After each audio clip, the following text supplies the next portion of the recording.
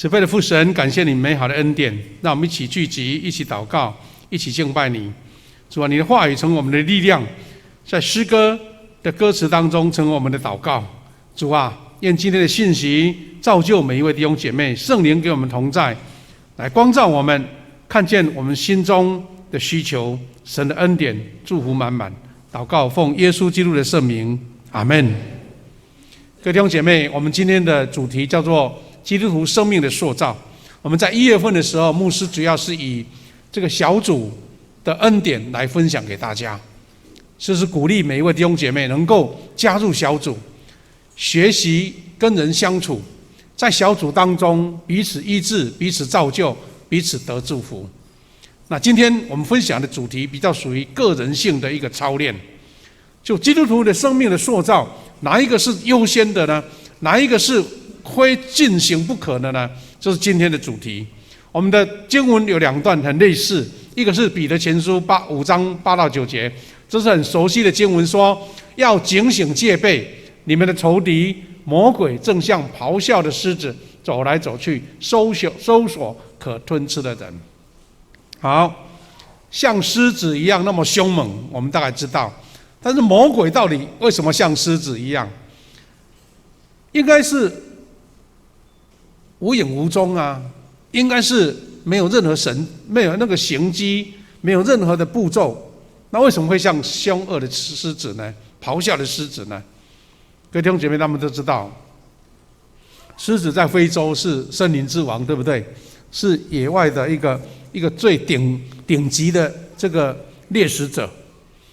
他在等候猎物的时候可以安静无声，但是当他要发动攻击的时候，他不只是用最快的速度，他平常的肌肉都紧绷，而且是咆哮，一个大声喊，那些羚羊那些鹿一听到这个狮子一吼，有时候已经吓得腿都软了，然后他就往前攻击，咬住那个羚羊或是鹿的脖子，就是生命的一个关键点。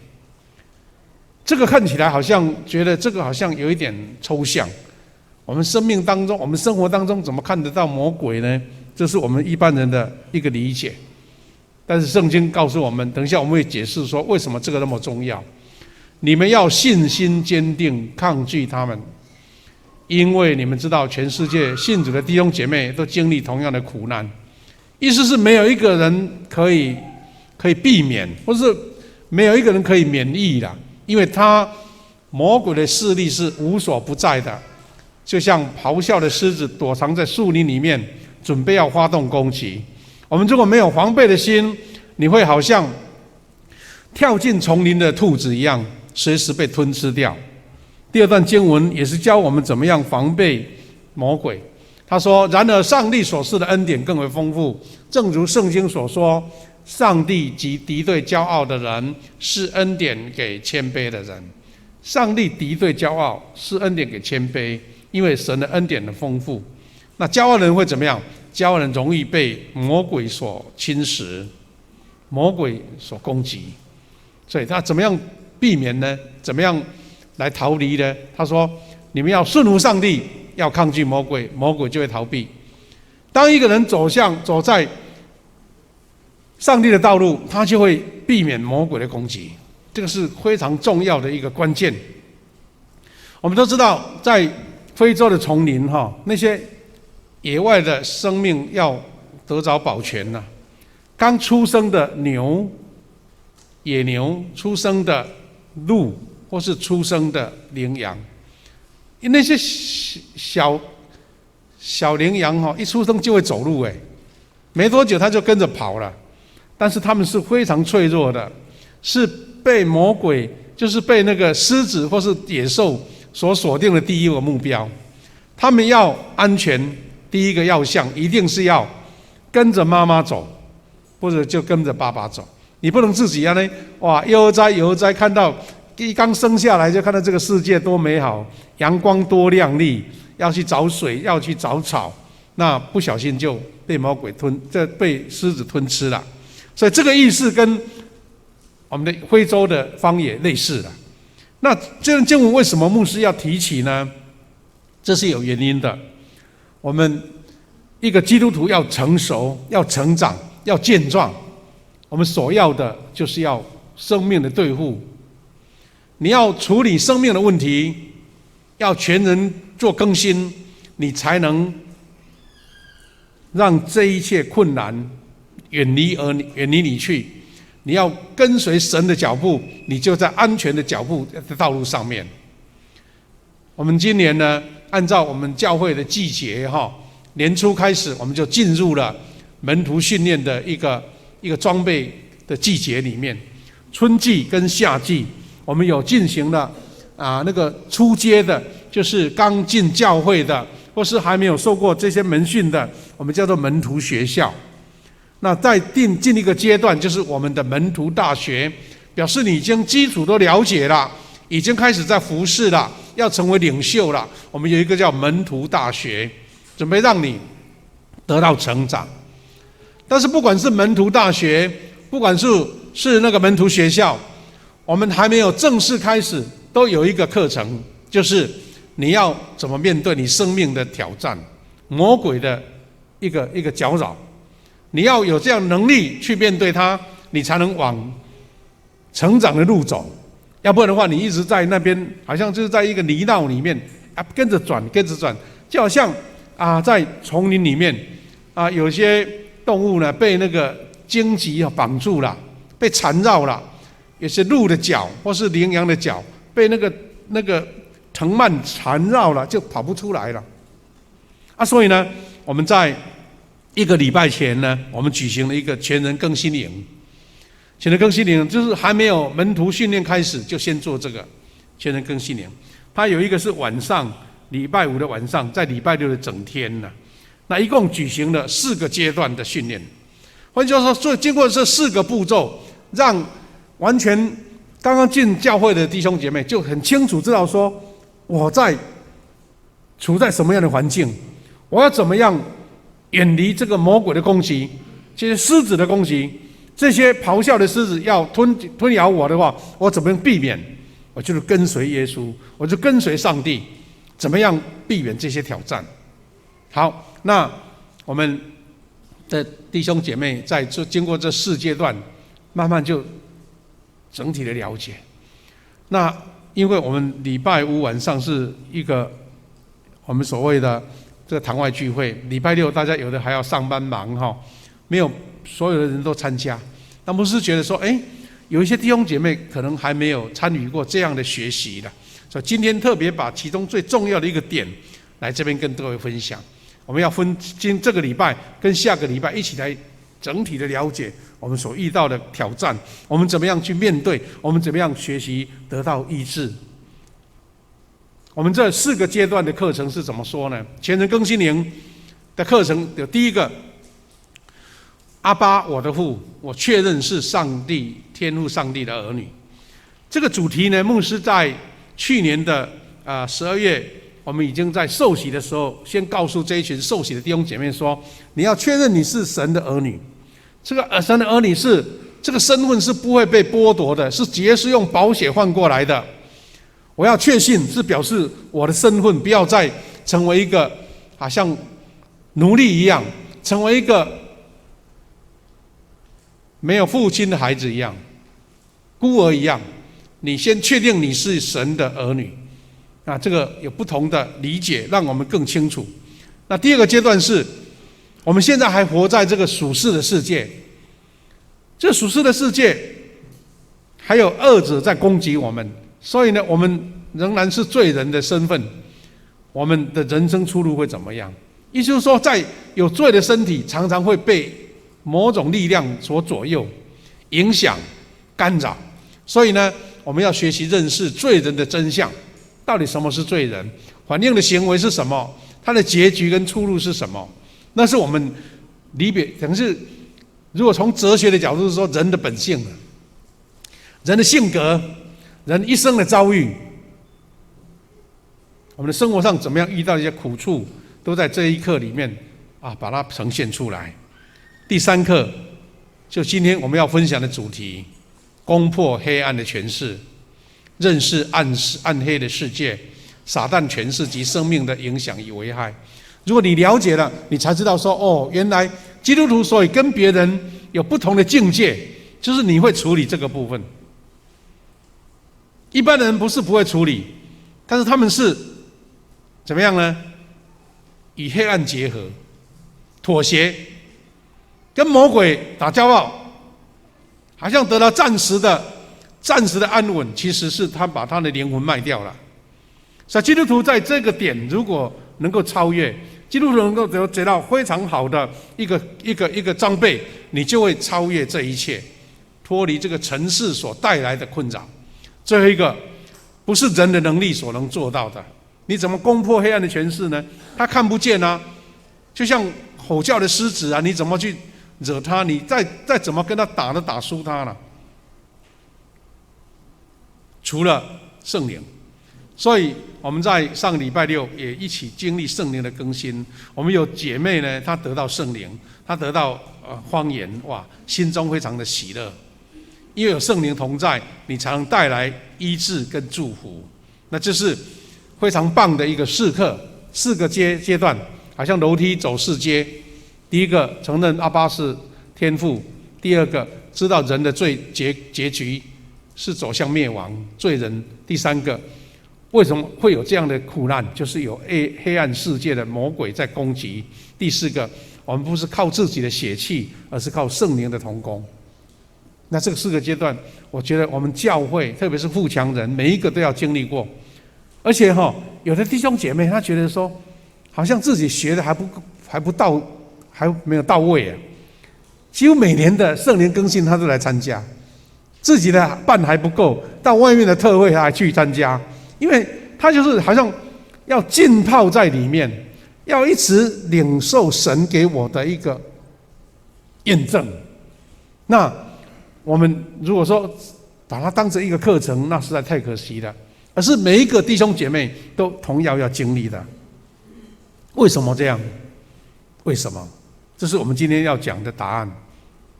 我们基督徒的生命征战有它的层次啊，有不同的层次。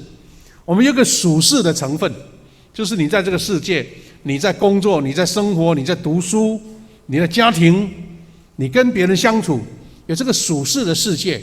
耶稣告诉我们一句非常重要的一个提醒，金玉良言就对了。耶稣说：“我差你们去，如同羊进入狼群，所以你们要灵巧像蛇，驯良像鸽子。”你的内心非常的单纯有爱，但是外面的世界，你要有像蛇一样的灵巧，去面对，去应付，去抵挡，去超越，去避免。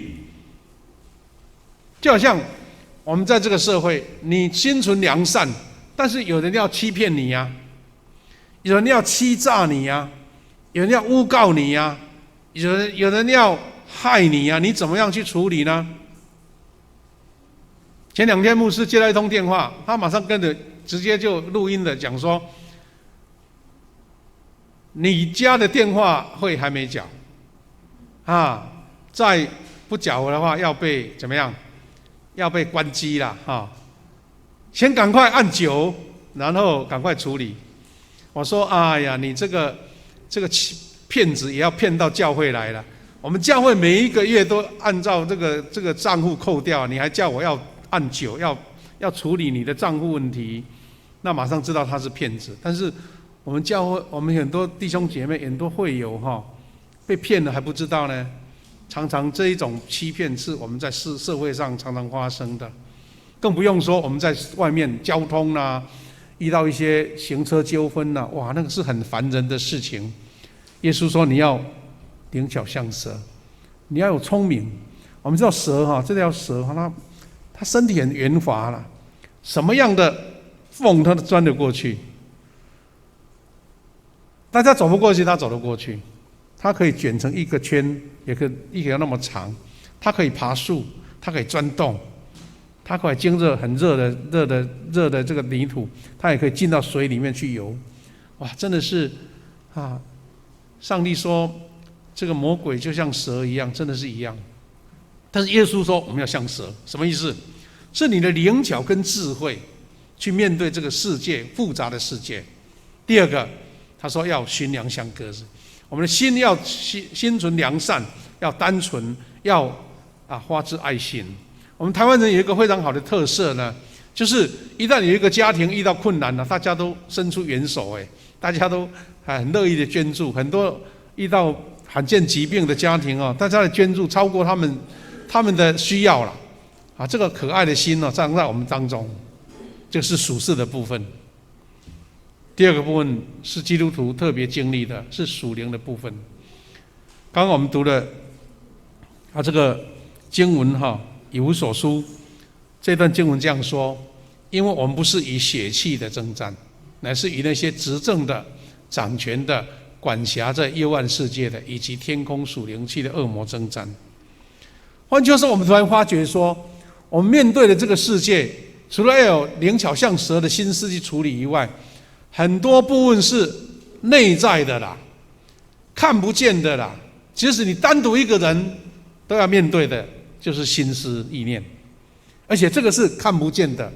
他说是管辖幽暗世界的、天空属灵的恶魔征战。他就像吼叫的狮子，躲在丛林里面看不见。基督徒如果没有去意识到这一点，你可能就是跟一般人一样，你可能有很好的做职业，有很好的工作，很好的家庭，但是你遇到的困扰、烦恼、忧愁、许多的焦虑，人世间所碰到的困难，你都会碰到。会处理这一点，你就超越他了。那是基督徒最大的特权哦。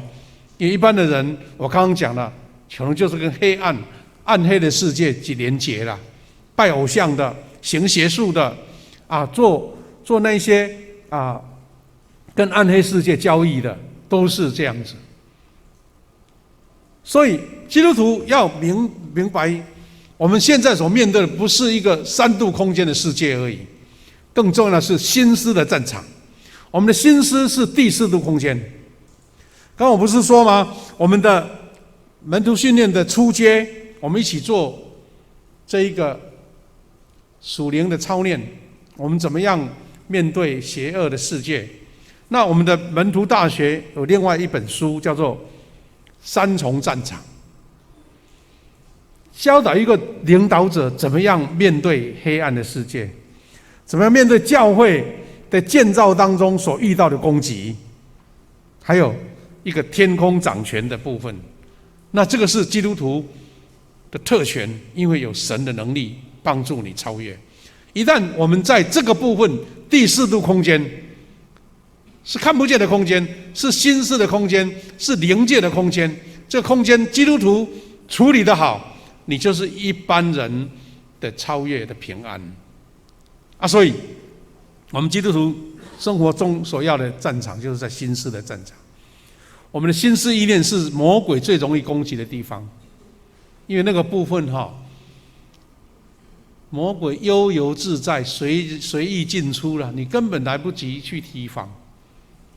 那如果基督徒不看重这一点，基督徒不小心这一点，常常是在你成功的时候，就是你跌倒的时候。我们看到圣经很多的故事，牧师今天没有办法一一列举，但是很多的圣徒，很多圣经里面的模范人物，他们都曾经犯过错，他们的错是错在心思战场，有时候不小心骄傲的时候就被魔鬼攻击到了。彼得是如此，大卫是如此，以利亚也是如此。好，所以弟兄姐妹，你自己安静想想看，我们的心思意念到底有没有这些东西？我们的老我的意识，我们的坚固营垒，有生活中常见的骄傲、自怜、自卑、刚硬、欺骗、恐惧、畏缩、嫉妒，这些是不是常在你生活中无意中就出来了？你不必讲，它就跑出来了，在你生活中随时如影随形了，根本就没办法去排除。所以基督徒会洁净自己，为什么要跟神建立关系？就是在这里。不然的话，你只是一个知识的基督徒，我对圣经了解得很透彻，但是根本跟神的能力没有接触，那多么可惜啊！就像你只是很熟悉一本历史书，熟悉一本哲学书，熟悉上帝跟人的关系，但是没有去经历神的能力。弟兄姐妹，这一段话大家都很熟悉的经文了哈，箴言4章的23节，这一段成为我们一个关键。为什么要处理第4的空间？为什么要处理心思意念？我们方便的话很短，一起练好不好？预备来，你要保守你心，因为一生的果效是由心发出。原来你花了好多心力在准备，无论是做事业，无论是读书，无论是家庭的经营，你用力去做，但是你的心如果没有办法被保守，你所付出的努力有时候是反效果，甚至是达不到你的目标。那你的心思如果不健康，你就会遇到很多的挫折。所以今天的主题目是要分享给大家，基督徒要攻破黑暗的权势。你可能会认为说，牧师，这个是21世纪了耶，已经是科技的世界，为什么还要讲这个什么黑暗的权势啊？好像这个是跟你无关的样子。其实我们现在，我觉得反倒是现代人，特别是年轻人最容易了解这个什么意思。各位弟兄姐妹，电脑的世界看不看得见？电脑里面充满了各种五花八门的电玩也好，那些各种不同的意识形态都在里面。那你看得见吗？一台手提电脑就包括了一切了。那它就一种诠释，一种我说就抽象的地方，你是摸不到的，但是它存在。基督徒理解这个黑暗的权势，你就有胜算，就有把握了。所以我们首先说，到底这个黑暗的权势，从刚刚圣经讲的，基督徒如果不去理解，那真的是你会觉得你就身处在曝险了，你是在危险当中，你是被攻击的部分。第一个，撒旦，魔鬼撒旦是谁？第一个，他是堕落的天使。以赛亚书14章12到15节讲出了这个魔鬼为什么会出现，魔鬼的出身是什么呢？他说：明亮之星，早晨之子啊，你何竟从天堕落？你这攻败列国的何竟被砍倒在地上？你心里曾说，我要升到天上，我要高举我的宝座在上帝的众星以上，我要坐在最聚会的山上，在北方的极处，我要升到高云之上，我要与至上者同等。这句话就看到他的眉目出来了。但是上帝的判语就是说，然而你必坠落阴间，到坑中极深之处。普遍圣经学者说，我们现在所说的魔鬼撒旦、魔鬼王、鬼王，他就从这个经文显示出来，因为他要与上帝同等，甚至要超越他。他说：我要坐在聚会的山上，要在北方的极处，我要升到高云之上，我要与至上者同等。几乎是我，他几乎要取代上帝，所以就被上帝大大的一个审判，他必坠落到阴间。但他是灵的存在，所以他还在继续为恶，要跟神对抗。这个是一般我们从后续有一些圣经学者或是一些基督教的学者，他把这样的话，或是透过戏剧、透过文学书籍，把它呈现出一个真正的人，一个名称叫路西弗 （Lucifer）。他很多著作，对不对？很多的西方的小说都用路西弗这个名称来代表这个黑暗的世界，他掌管着整个黑暗世界。但是这个黑暗的世界的，他原来是天使，他是天堂的赞美团队的，所以他可能是团队的队长，但他为了自高自傲，他要与上帝同等，所以他就被惩罚了。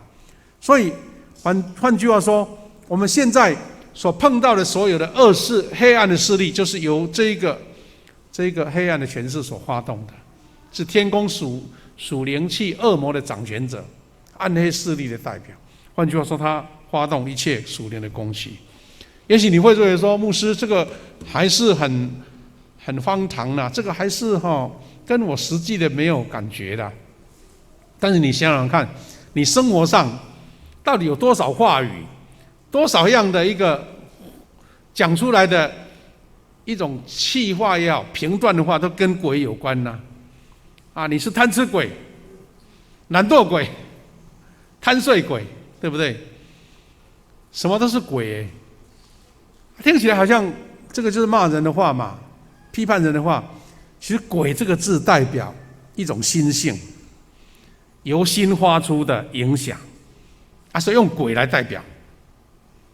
我们常常讲一句话说：“有钱能使鬼推磨。”用钱可以制造一些黑暗的势力，能力去叫人家去做，跟你做，即使做恶的事你也愿意做。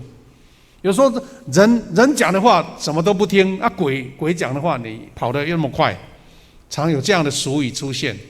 所以在我们生活周遭，你不经意就会碰到这些所谓的鬼，但是我们常常一种概念被那些鬼的电影，对不对？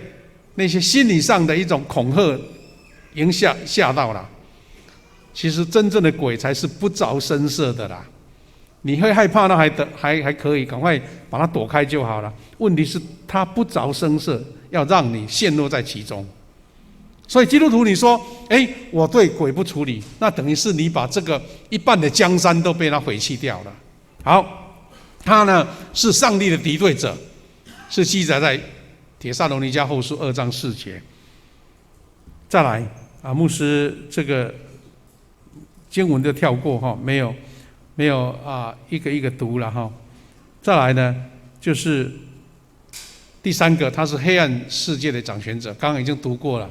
这个路西弗，这个魔鬼的能力是黑暗的掌权者。第三、第四，他是所有邪灵的领袖。我曾经听过已经过世的一个对灵界非常有研究的一个叶牧师他提起说，我们现在台湾人呢，去拜什么四面佛啦，去拜一些灵界的东西啦，请一尊什么东西回来服侍啦，你以为那边那个神就在这边吗？其实他是黑暗的魔鬼撒旦在攻击，他在应用你的需求，他就应付你。就像当时法老王他在跟摩西来拼斗的时候，他的一些行邪术的那些官员也能够运作一样。所以你会认为说，好像他有灵力他有力量，其实魔鬼的力量在运作。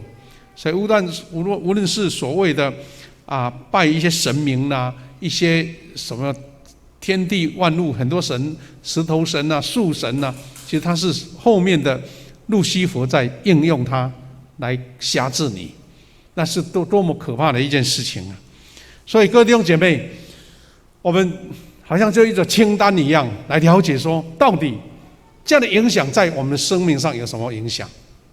就像一张清单一样，我们现在准备要春节要清扫那里面，对不对？你可能列一张清单说，厨房、厕所、阳台、纱窗那个浴池什么地方要清扫这个有清扫，一个脏要把它打勾了。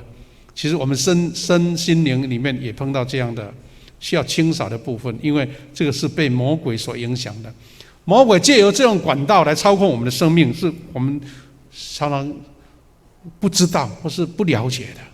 第一个，刚刚读的经文是约翰福音的10章10节，他说：“盗贼来无非要偷窃、要杀害、要毁坏，我来是要叫羊得生命，而且得得更丰盛。”他所说的盗贼就是在走魔鬼，是心灵的贼啦。属世的贼我们很容易防我们现在用保全或是用社区的联防虽然还是会被偷，但是我们有心理准备。但是这个看不见的贼就是魔鬼撒旦。各位弟兄姐妹，你查查看，到底这一些在我生命当中有没有碰到过？一个清单，好像体检一样第一个是习惯性的罪。经文我们可以自己看，什么叫习惯性的罪呢？就是我们一些生活上的坏习惯，我们会陷入烟酒甚至毒品网络的一种习惯，走不出来。我们的手机呢，它会提醒你说，你一个礼拜每一天平均用了多久的手机，对不对？它会告诉你哦，因为你一打开它就有记录了。我们发现很多人为了玩网络游戏，甚至在网咖可以3天不吃饭，用什么？用酒精，或是用毒品，或是用一些刺激性的药物来提神，因为他被魔鬼控制住，他要引诱你，说再来一次，这一次没有攻破这关，再来一次。有时候你不自觉就变成习惯性的罪，那这个是我们有时候变成一个坚固的营垒，你就拖不过来了。我们常常看到一些社会事件或是那个电视剧哈，有人因为要戒赌啊，对不对？把他的手指头砍下来，哇！但到最后怎么样？10只指头都砍掉了啦，还是这样赌啦，因为他没有砍掉内心的魔啦，只是砍手指头。就曾经有那种只手指头砍掉了，他用他的那个手掌在赌博，你知道吗？没有手指头，因为根本他对付错了。有没有这个习惯性的罪？我想轻重而已了，大家都有。第二个是心灵的伤痕或毒根。心灵的伤痕毒根是什么意思呢？我们常常看到这个好像一个心灵的癌症一样，有持续性的愤怒，有持续性的嫉妒、骄傲或是猜疑啦，这些都存在你的心里面，好像你不想这样，就还是会碰到。对某一个人讨厌，就一直在你内心搅扰，所以这个是一个心灵的伤痕。第三个，仇恨的心，这两者是合在一起的。这个伤痕后来变成仇恨，有时候呢，你不愿意饶恕别人，觉得他被你咒诅，你才会觉得心中快乐，但其实你不快乐，因为你已经被仇恨的网路把你绑住了，你逃不出来。这些也是魔鬼的诡计。第四个，当久了之后，你会忧郁消沉，你会觉得说好像活着很不是味道，觉得没有什么快乐，因为你被恨捆绑了嘛，被嫉妒，被跟人家分辨产生的困扰一直在你心上。刚刚我提起的以利亚，他在战胜了那个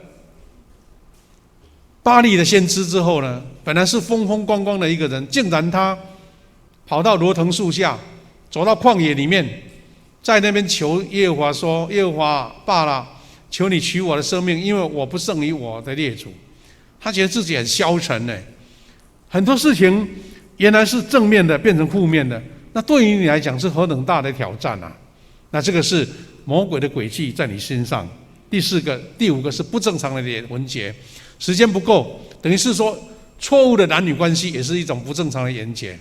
你溺爱你的孩子，或是你跟某一些人产生不同的，还一种好像爱你的兄弟胜过于爱你的另外一半，你的家人不顾啊，跑去跟别人，哇，那个好像结帮结派结党，好像为他歃血为盟那一种，其实都是一种不正常的婚结。有的孩子，有的父母亲溺爱孩子溺到一个程度，什么事情都应付他，这些都是我们生命上当中常常会碰到的。就曾经听过有一个故事说，这个妈妈因为爱孩子爱到极致了，儿子已经结婚了，晚上还要跑去他房间帮他盖被子，这些都算是一种不正常的婚结，在作祟。那你有没有这样的情况呢？哥林多前书也这样解释说，跟娼妓连结的，他就跟他连结在一起了耶。所以这个时候一个不正常的连结。第六个，我们常常会碰到还没信主的时候，会拜偶像或行巫术。你会去算命，你会去测字，你会去做那个星辰，你的那个自己的星象啊，你到底绣什么啊？就是你的字画，你自己的姓氏的笔画，这些都成为他魔鬼故意要绑你的意思了。有的人前不久就有一个人在演讲，他说他小时候妈妈带他去看算命，他妈妈说他那个算命师说你将来不可能读书进步的了，不可能在读书上有成长，赶快去帮妈妈去卖东西算了这样子。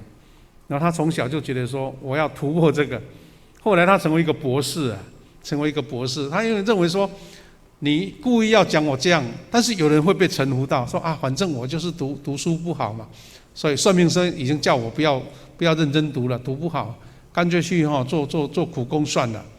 那些行邪术或拜偶像，我们生活当中台湾的世界更容易碰到。那我们这经文就跳过来。第7个是家族性的咒诅。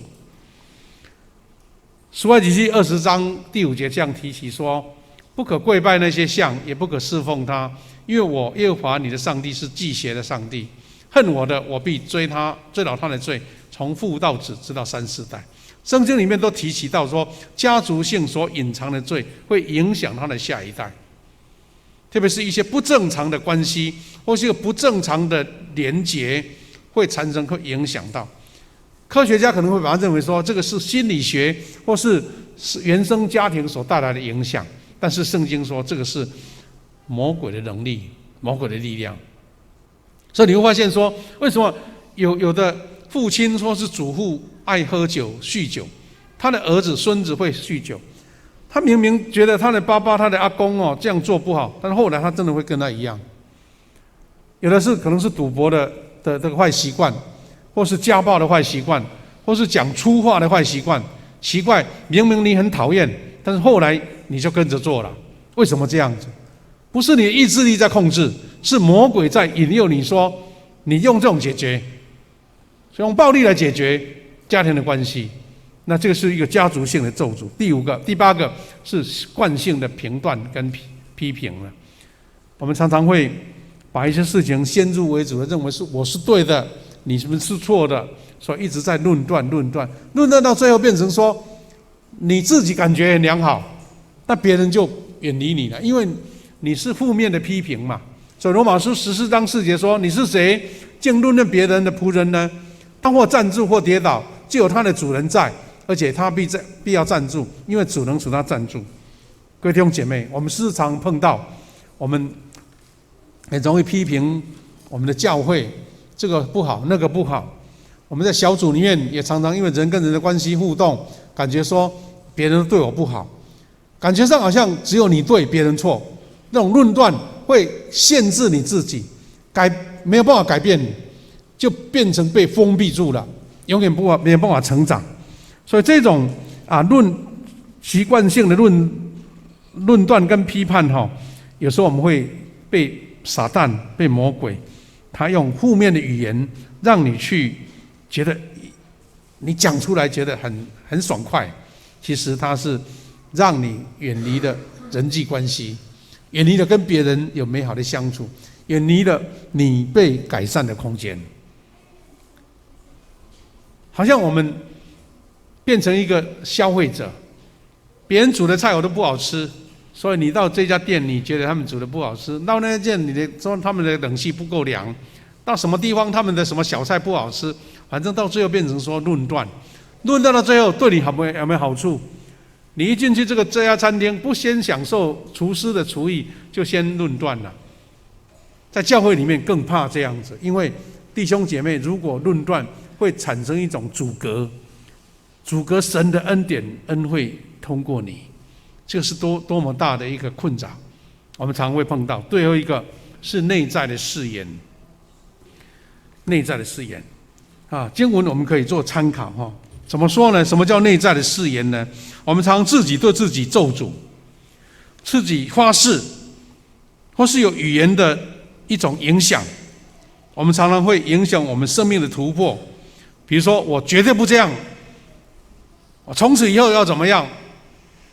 我说碰到你我从来就不跟你讲话了，我们永远绝交，这样子，常常用一种论断性的内在的誓言，然后变成你的捆绑，变成你被一个茧把它绑住了，被网罗把你绑住了，你就没有办法跑出来。各位弟兄姐妹，大概这9点只是一个基本的而已其实人常常会陷入在其内。你也许透过心理学去处理，或是性格学去帮助，但是记得，他说你要保守你的心，胜过保守一切。愿神给你这样的能力，因为我们在下个礼拜后半段在提到说，我们是要靠圣灵的能力才有办法突破，不是靠人的力量。感谢主，我们愿今天大家一起分享到这个，才知道说，全人更新灵到底目的在做什么，可以帮助我什么。